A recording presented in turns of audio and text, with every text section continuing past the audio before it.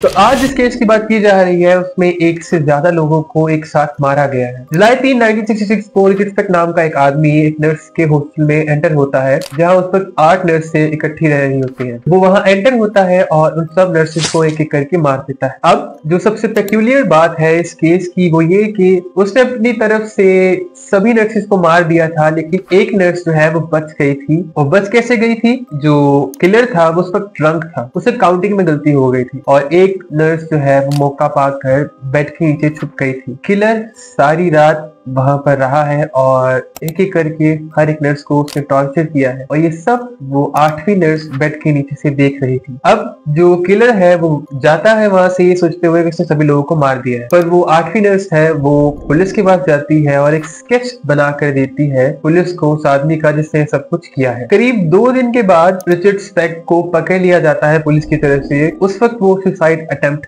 कर रहा था। उसे पकड़ लिया जाता है और उसे डेथ सेंटेंस दे दी जाती है, लेकिन इस पर कभी अमल नहीं होता। क्यों? क्योंकि एक यूएस का लॉ पास होता है और जितने भी डेथ सेंटेंस वाले लोग हैं उन सबको लाइफ इम्प्रिजनमेंट में कन्वर्ट कर दिया जाता है। यानी कि तुम जितना मर्जी घिनौना काम कर लो, you will not be rewarded by capital punishment in United States. अब जो एक और स्ट्रेंज चीज है इस केस के बारे में वो ये कि 1996 में एक वीडियो बाहर आती है जिसे जो शूट की गई थी 1988 में। वो इस बंदे की थी इसके अपने सेल में, जिसमें वो ये बात कर रहा था कि उसने सब लोगों को कैसे मारा। ये वीडियो जेल के अंदर ली गई थी और किसी ऑफिशियल पर्सन ने नहीं ली थी, ये किसी इनमेट ने ही कैमरा पकड़ा हुआ था और जो रिचर्ड है वो किसी दूसरे इनमेट के साथ बैठा ड्रग ले रहा था और उसे बता रहा था कि उसने उन सब लोगों को कैसे मारा। वो ये कह रहा था कि अगर उन लोगों को पता चल जाए कि यहाँ मैं कितनी सुकून में हूँ तो शायद वो मुझे बाहर निकाल ले।